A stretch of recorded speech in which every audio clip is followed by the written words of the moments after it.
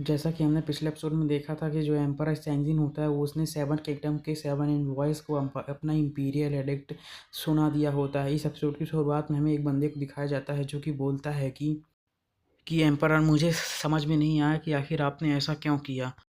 बोलता है कि एम्परर, वो जो एनवॉयज़ वो सच में बहुत ही ज़्यादा एरोगेंट और डिसरिस्पेक्टफुल थे। आखिर आपने इतनी देर तक उन्हें बर्दाश्त क्यों किया? अगर हमारे पिछले एम्परर यानी कि आपके फादर जिंदा होते तो वो अभी तक उन्हें फांसी दे चुके होते। और यहाँ तक कि उन किंगडम्स के एम्परर को खुद आने की जगह उन्होंने केवल अपने एनवॉयस को भेज दिया और उन्होंने तो हमारे ओरियन किंगडम का बिल्कुल भी इज्जत नहीं रखी। और वो बोलता है कि एम्परर, मुझे केवल एक ही रिक्वेस्ट है कि आप मुझे 100,000 सोल्जर्स दे दीजिए जिससे कि मैं उन पर अटैक कर सकूं, जिससे कि और लोग खुद ही समझ जाएंगे कि आखिर हम उन्हें हमारे ओरियन किंगडम की इज्जत क्यों करनी चाहिए।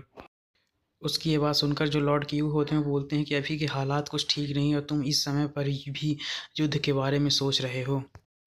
और लॉर्ड क्यू की ये बात सुनकर जो किंग मिंग होता है वो बोलता है कि क्यों, तुम्हें बोलने की तो बिल्कुल भी ज़रूरत नहीं है क्योंकि तुम यहाँ पर रहने के बिल्कुल भी लायक नहीं है। जो सुनकर जो लॉर्ड क्यू होते हैं वो बोलते हैं कि मैं भी यहाँ पर रहना नहीं चाहता, लेकिन मुझे यहाँ पर बुलाया गया इसीलिए मैं यहाँ पर हूँ, क्योंकि मैं इन बदसूरत चीज़ों को तो अपने मन से बिल्कुल भी नहीं देखना चाहता।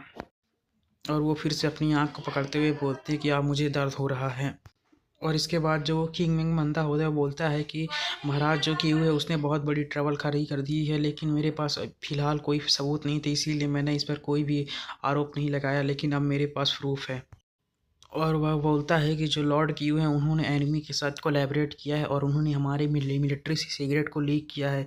यह क्षमा मांगने योग्य बिल्कुल भी नहीं है, इसे तो डायरेक्ट फांसी दे देनी चाहिए। इधर हमें लॉर्ड क्यू को दिखाया जाता है जो कि किंग मिंग की यह बात सुनकर बहुत ही ज़्यादा हैरान दिखाई दे रहे होते हैं। किंग मैंग की आवाज़ सुनकर जो लॉर्ड क्यू होते हैं बोलते हैं कि तुम बोल रहे हो कि मैंने अपनी कंट्री को बिट्रे किया है, लेकिन जनरल, जो मेरी बेटी थी वो बस अपने लिए एक कंपेनियन को ढूंढ रही थी। ऐसा तो नहीं है कि आपकी फैमिली में से किसी भी बंदे ने इस चीज़ को अप्लाई नहीं किया है।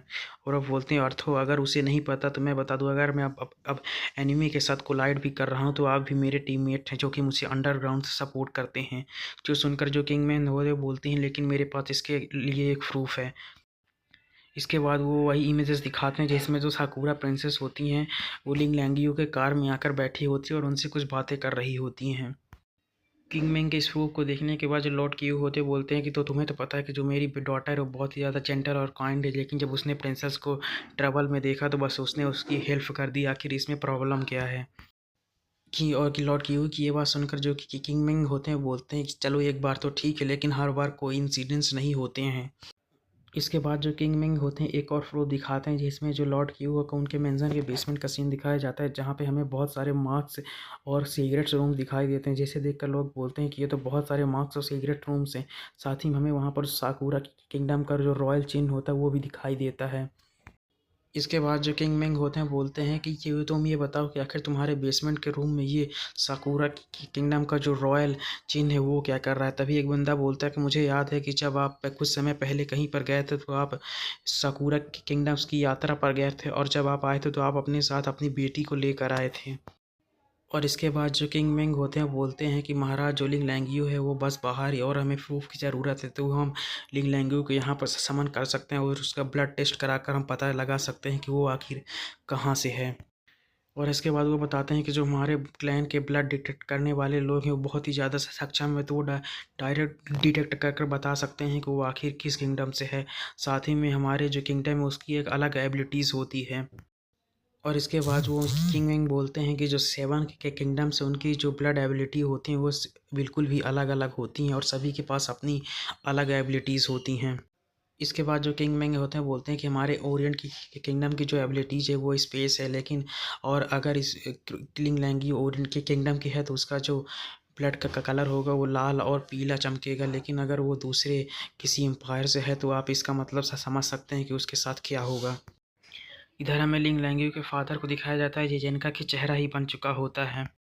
इसके बाद हमें एम्परर को दिखाया जाता है जो कि बोलते हैं कि लिंग लैंग्यू को समन किया जाए। इसके बाद हमें कुछ समय बाद का सीन दिखाया जाता है, जो लिंग लैंग्यू होती है वो यहाँ पर आ चुकी होती है और साथ ही में उसके साथ में जो हमारा मेन कैरेक्टर वांगजी होता है वो भी होता है।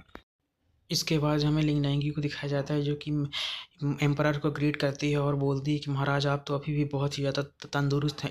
ये देखकर जो हमारा मेन कैरेक्टर होता है वो हैरान होता है और अपने मन में सोचता है कि ये एम्परर ये तो दिखने में बहुत ही ज़्यादा यंग दिखाई दे रहा है। साथ में वांगजे भी एम्परर को ग्रीट करता है।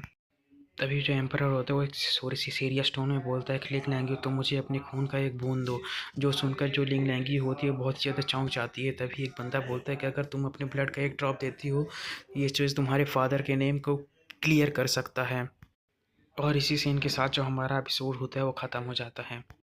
और हाँ, अगर आपको वीडियो अच्छी लगी तो लाइक कमेंट सब्सक्राइब जरूर करें और अगले वीडियो के लिए वेट करें। Thanks for watching.